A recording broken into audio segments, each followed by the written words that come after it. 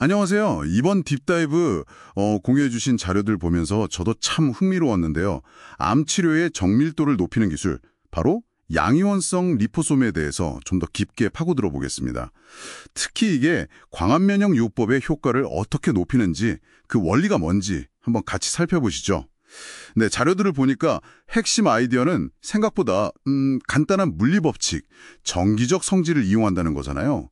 우리가 주목하는 광합면역 요법, 그러니까 빛으로 약물을 활성화시켜서 암세포를 공격하는 건데, 이 효과를 높이려면 그 광감장 물질, 자료에 IR780 예시가 있었죠.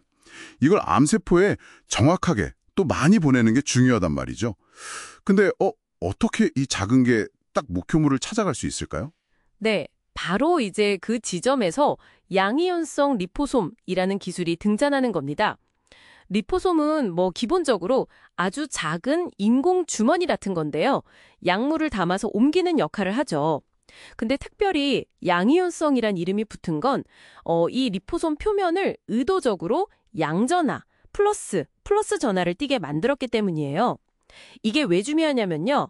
사실 암세포 표면이 일반 정상세포보다 보통 더 강한 음전하, 마이너스 전하를 띠는 경향이 있거든요. 그거 이용하는 거죠. 아, 그렇군요. 그러니까 그 자석에서 다른 극끼리 끌어당기는 것처럼 플러스 전화 리포솜이 마이너스 전화 암세포 표면에 그냥 더 착 달라붙게 만든다. 이런 원리네요. 와, 진짜 기발한데요? 덕분에 이제 그 IR780 같은 광감장 물질을 담은 양이온성 리포솜이 그냥 흘러가는 게 아니라 암세포에 딱 붙어서 흡수될 확률이 훨씬 높아진다. 뭐 이런 거군요. 네, 맞습니다. 정확해요. 그리고 이 기술이 또 주목받는 이유가 특정 암 치료의 어려움을 해결하려고 맞춤 개발되었다는 점이에요. 자료에서도 나오지만 이 양이온성 리포솜 기술은 특히 복막파종 치료를 염두에 두고 설계됐습니다. 복막파종이라는 게 암세포가 배 안쪽 공간, 그 복강 표면을 따라서 넓게 퍼지는 상당히 까다로운 상태거든요. 일반 항암제로는 이게 치료가 쉽지 않죠. 그렇겠네요. 암세포가 한 군데 딱 뭉쳐 있는 게 아니고 막 흩어져 있으니까 약물이 제대로 가기 어렵겠어요. 그래서 이 리포솜은 어떻게 적용한다고 나와 있었나요? 네, 바로 그 점 때문에 적용 방식도 좀 특별합니다. 자료에 보면 이 양이온성 리포솜을 혈관 주사가 아니라 직접 복강 내에 주사한다고 되어 있어요. 그러니까 암세포가 퍼져 있는 그 배안 공간으로 직접 약물을 넣는 거죠.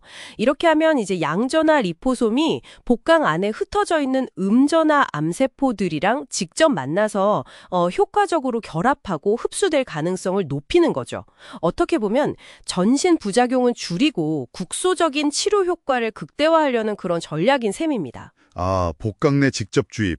확실히 그 복막 파종이라는 특정 상황에 정말 최적화된 접근법이다. 이런 생각이 드네요.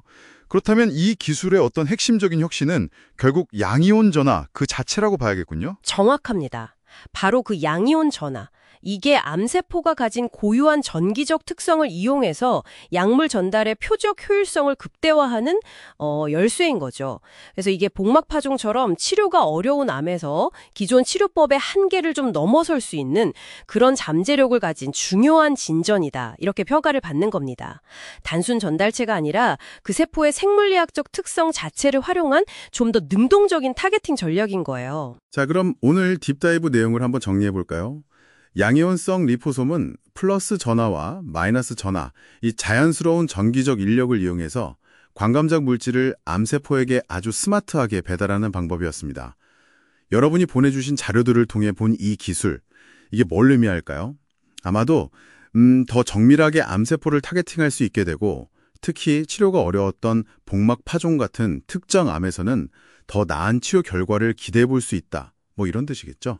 그렇죠. 사실 약 자체의 개발도 중요하지만 그 약을 필요한 곳에 어떻게 효과적으로 전달하느냐, 이 약물 전달 시스템 DDS의 중요성이 점점 커지고 있다는 걸 보여주는 아주 좋은 사례입니다.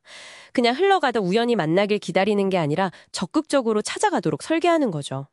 여기서 이제 한 걸음 더 나아가서 생각해 볼 만한 지점이 있는데요. 네, 청취자 여러분께 한번 질문을 던져볼까요?